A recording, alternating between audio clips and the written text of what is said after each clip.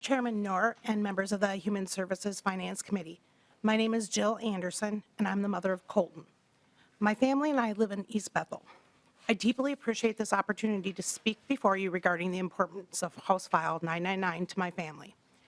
Let me tell you a little bit about Colton, how the lack of access to waiver-funded disability services has affected him, and how you supporting House File 999 with its investments aimed at improving the wages and benefits of direct support professionals can help the situation. Colton is nonverbal. He's very social and loves to be around people. He attended St. Francis Area Schools, Transition 15 for high school. During Colton's time at St. Francis Area Schools, Colton made an impact on his peers, teachers, and staff. He loved getting picked up daily, going to school, and being part of his community. Even though he's nonverbal, those who interacted with him knew what he was conveying and how much he wanted to be a part of the daily activities. Transition schooling provided Colton with a routine, which is important to young adults like Colton.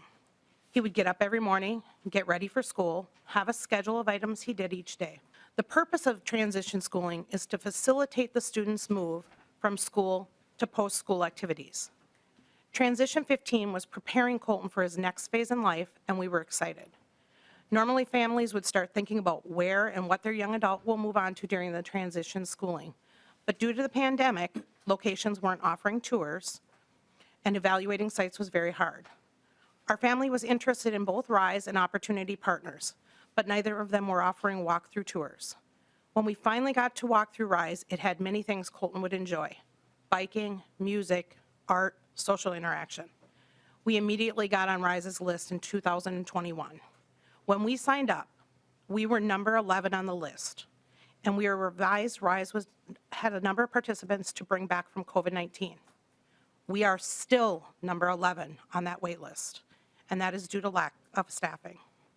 I see RISE is continually doing hiring events, but how can they compete when you get paid $20 an hour to work at Quick Trip and you don't have the challenges of working with people with special needs? We are also on the wait list for Opportunity Partners, and they also have not had a spot for Colton. Colton is 22. He'll be 23 on June 3rd. He has spent almost 2 years living at home with little socialization, which increases his depression, anxiety, reduces his social skills, and overall is hard on him. We try to schedule outings for Colton, but with both of us working full-time and different PCAs in the house, the schedules get even harder. Also, there isn't a lot to motivate him to keep him on a schedule. My husband and I try to get Colton out a few times a week to get the social interaction, but there is no replacing a program where Colton can blossom with his peers. When we do take Colton out, undesirable behaviors occur.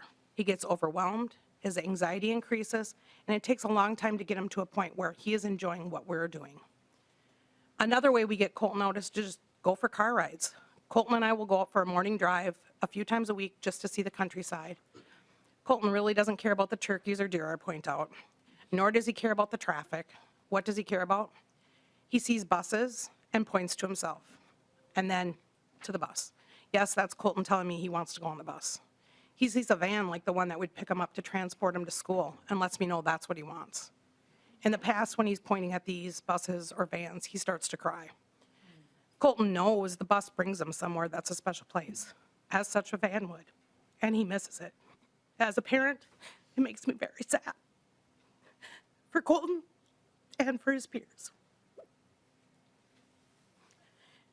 Our adults with disabilities in Minnesota are being impacted by the whole system crumbling, from not being able to find PCAs to work in our own homes, to having limited staff, no space in group homes or respite locations, to employment and day programming.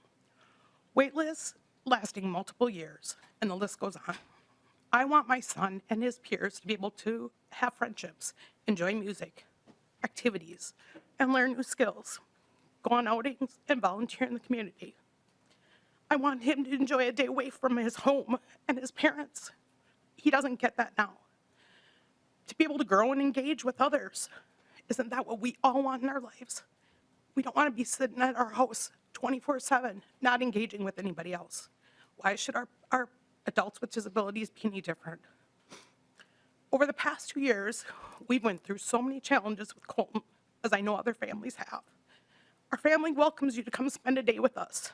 in our home or meet with us for a meal out, so you can see how not being able to attend programming impacts our family. It will take many different solutions to address the current crisis and availability of disability services staff, but House File 999 before you today is an extremely impactful step the legislature can take to help change Colton's and his peers' lives. I ask you for your support of this legislation.